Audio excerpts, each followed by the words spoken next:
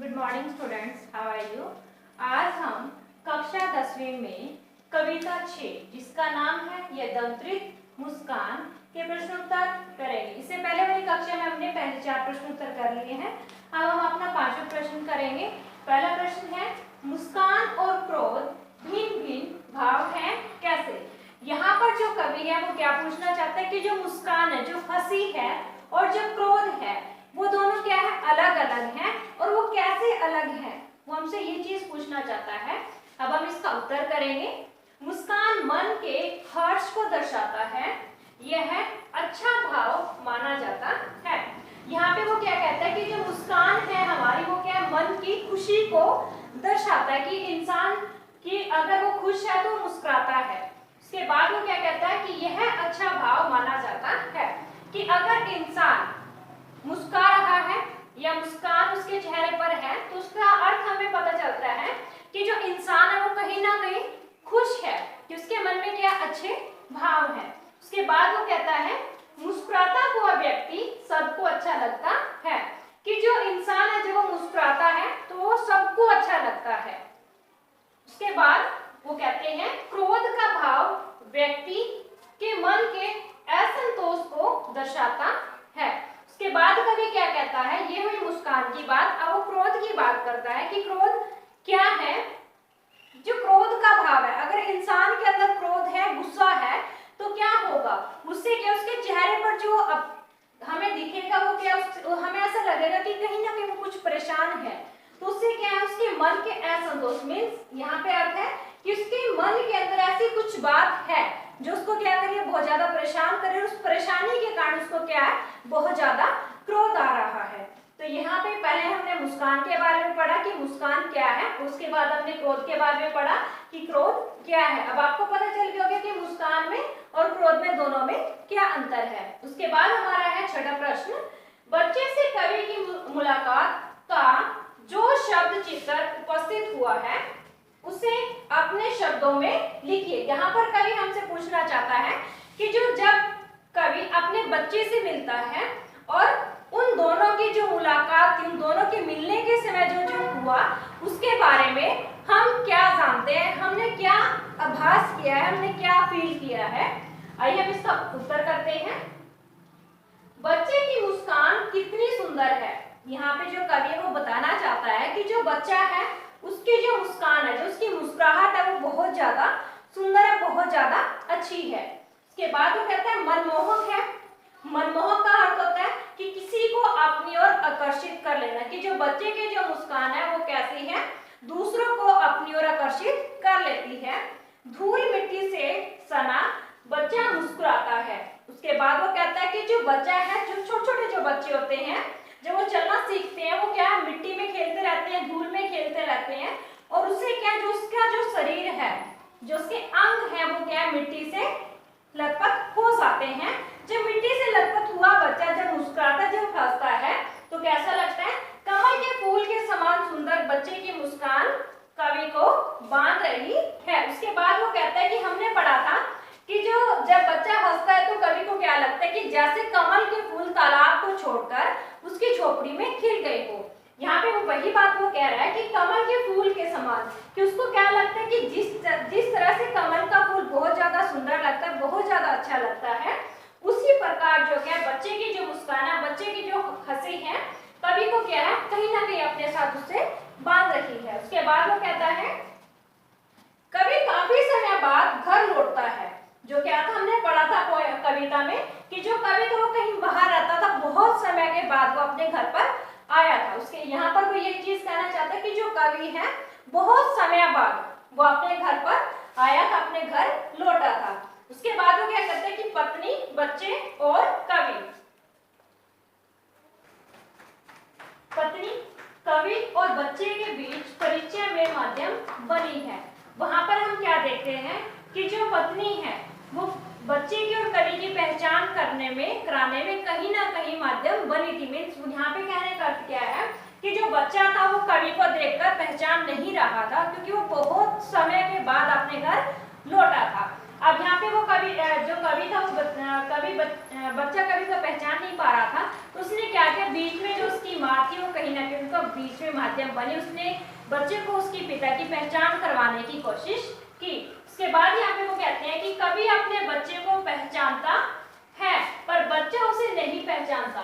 यहाँ पे वो कहते हैं कि जो बच्चा था कहीं ना कहीं वो अपने पिता को, कवि को नहीं पहचान रहा था, क्योंकि उसने पहले कभी उसको देखा ही नहीं था। उसके बाद वो कहते हैं पर बच्चा उसे नहीं पहचानता था, कि बच्चा उसे नहीं पहचान रहा था, लेकिन कवि था जो वो क्या था, अपने बच्चे को पहचानता था। कवि को पहचान थी कि ये मेरा बच्चा है, लेकिन बच्चे को पहचान नहीं थी कि ये मेरा पिता है। कनखियों से उसे देखता रहता है, कि जो बच्चा था, कनखियां होती हैं कि जो हमारी आंख के जो साइड के जो किनारे होते हैं, वो कहते हैं कि जो बच्चा तो कनखियों से, अपनी आंखों की जो कनखियां थी, आंखों के जो किनारों से अपने पिता को बार बार एक टक वो देखता रहता है। उसके बाद कहते हैं कि बच्चे की मुस्कान कठोर से कठोर व्यक्ति को भी पिघला सकती है, कि जो बच्चे की जो मुस्कान होती है वो इतनी मधुर होती है, इतनी अच्छी होती है कि कठोर से कठोर व्यक्ति, कि चाहे इंसान कितना भी गुस्से वाला क्यों ना हो, चाहे इंसान कितना भी क्रोध में क्यों ना हो, कितना भी गुस्से में क्यों ना हो, कहीं ना कहीं बच्चे की मुस्कान क्या है, कठोर हृदय वाले व्यक्ति को भी हंसा देती है, उसको उसके चेहरे पर भी जो क्या वो मुस्कान ला देती है। उसके बाद हम करते हैं 7वां प्रश्न। यह दंत्रित मुस्कान कविता में बच्चे के हाव भाव प्राकृतिक है, कि जो हमारी जो कविता है, यह दंत्रित मुस्कान में कि जो कविता है उसमें जो बच्चा है उसके जो हाव भाव है वो प्राकृतिक है, मीन्स नेचुरल है। स्पष्ट कीजिए, कवि हमसे पूछना चाहता है कि आपको वाकई में वो प्राकृतिक लगते हैं, नेचुरल लगते हैं या नहीं। हम इसका उत्तर करेंगे, यह दंत्रित मुस्कान कविता में बच्चा अपने प्रवासी पिता को पहली बार देखता है। हमने इसमें कविता में पढ़ा था कि जो बच्चा होता है वो अपने पिता को पहली बार देखता है। वो क्यों देखता है, क्योंकि प्रवासी का अर्थ है यहाँ पर कि वो बहुत समय के बाद अपने घर आया था, बहुत वो अपने घर से दूर रहता था। वो कहता कि जो बच्चा था वो अपने पिता को इसलिए नहीं पहचान रहा था क्योंकि उसका जो पिता था वो काफी समय के बाद अपने घर पर लौटा था। पहली बार वो बच्चे के जन्म के बाद पहली बार वो अपने घर पर आया था। उसके बाद वो कहते हैं वह उसकी ओर देखता ही रहता है, कि जो बच्चा है वो अपने पिता की ओर, कवि की ओर एक तक देखता रहता है, बार बार पहचानने की उसको कोशिश करता है, लेकिन जो बच्चा होता है वो कवि को नहीं पहचान पाता।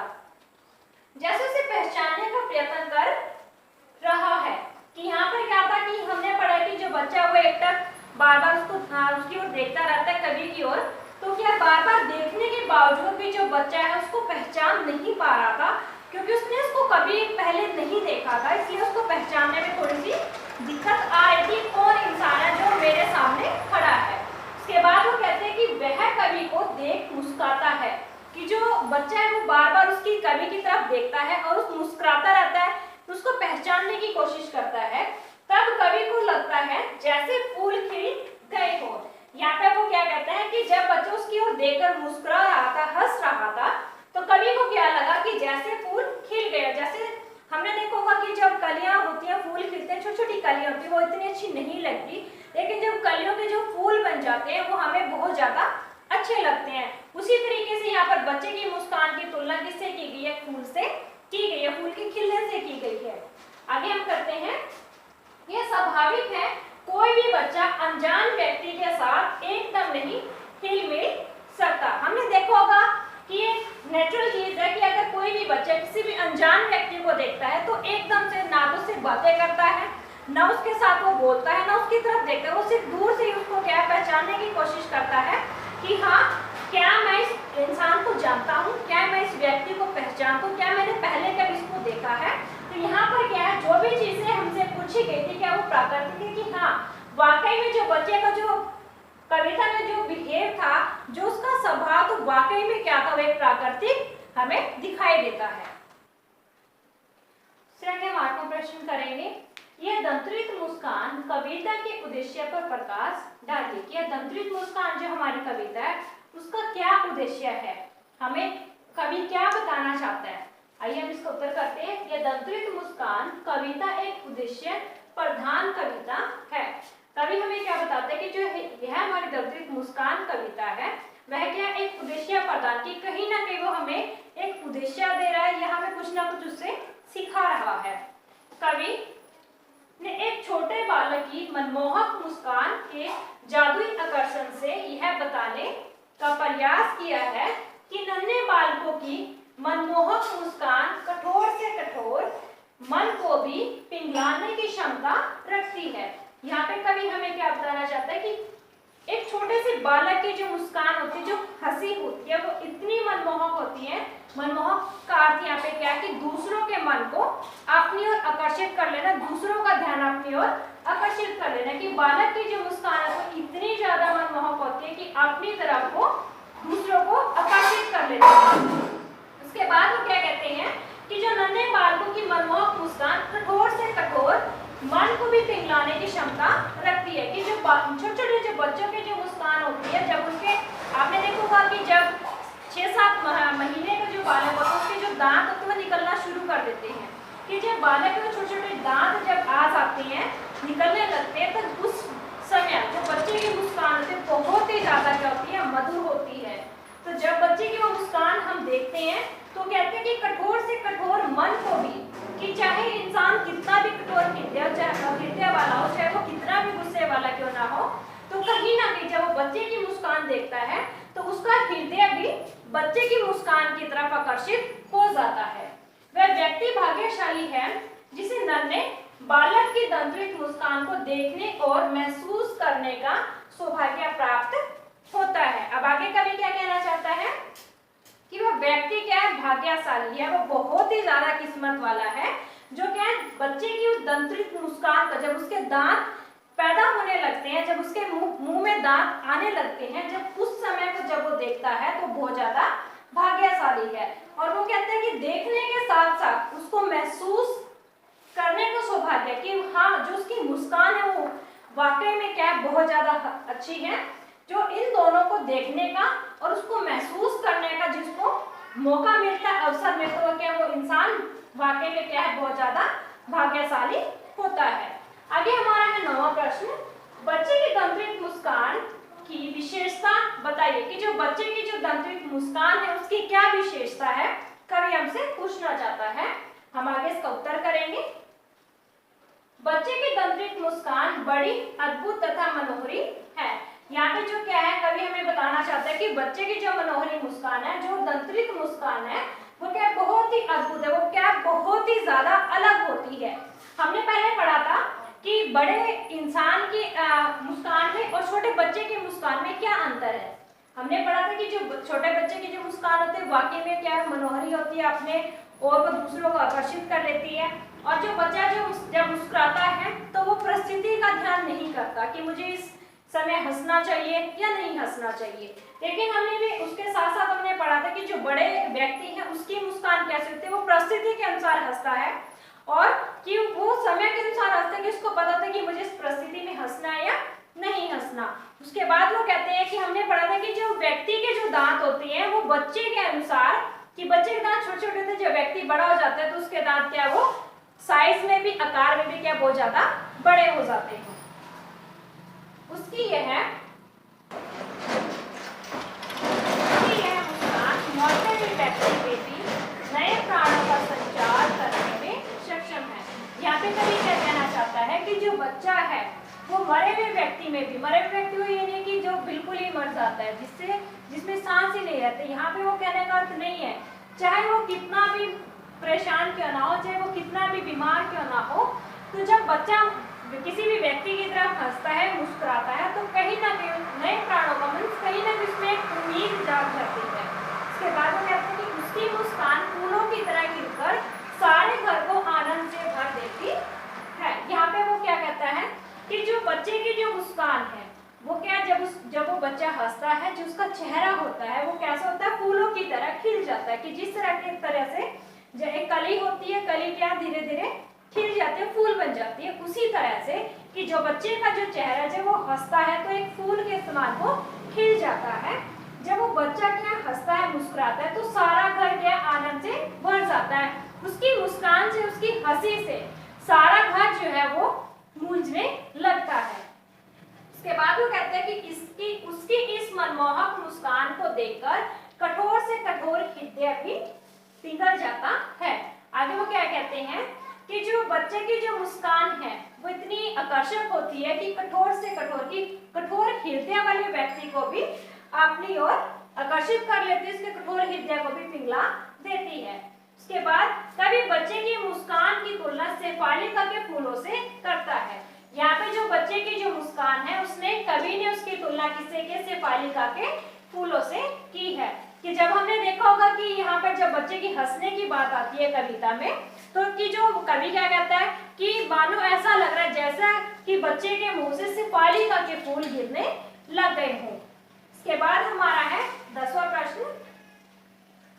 कविता या दंत्रित मुस्कान में कवि ने शिशु की मां को धन्य कहकर अपनी किस भावना को व्यक्त किया है? यहाँ पर कवि हमसे क्या पूछता है कि जो यह दंत्रित मुस्कान कविता है उसमें कवि ने शिशु की मां को धन्य क्यों कहा है, मीन्स उसका धन्यवाद क्यों किया है? हम इसको उत्तर करेंगे। कवि ने शिशु की मां को धन्यवाद कहकर अपनी कृतज्ञता की भावना को व्यक्त किया है। यहाँ पे क्या है, जो कवि है वो शिशु की मां को क्या करता है? धन्यवाद देता है। क्यों देता है वो? यह कहकर वो क्या करता है? कृतज्ञता की भावना को व्यक्त करता है कि जो बच्चे का जो लालन पालन था, जो पालन पोषण था, वो किसने किया था? बच्चे की मां ने किया था। इसके बाद ऐसा करने से वो क्या है, जो बच्चे की मां थी उसका कहीं ना कहीं वो आभार मान रहा था या उसका एहसान मान रहा था कि उसने क्या बच्चे का पालन पोषण किया, क्योंकि कवि की अनुपस्थिति में उसने शिशु का लालन पालन किया था। कि जब कवि क्या था, घर पर नहीं था, वो अपने घर से बहुत ज्यादा दूर रहता था, तो उस समय जब बच्चा पैदा होता है तो बच्चे की मां ने ही क्या किया था? कवि के बच्चे का पालन पोषण किया था, उसने उसको बड़ा किया था। उसके बाद वो क्या कहते हैं कि कवि के लौट आने पर उसकी पहचान शिशु से कराई। हमने कविता में पढ़ा था कि जो बच्चा था वो जब कवि को देखता है उसको नहीं पहचान पाता, तो कहीं ना कहीं जो बच्चे की मां थी वो कवि और बच्चे के बीच में उनकी पहचान का क्या बनी थी? माध्यम बनी थी।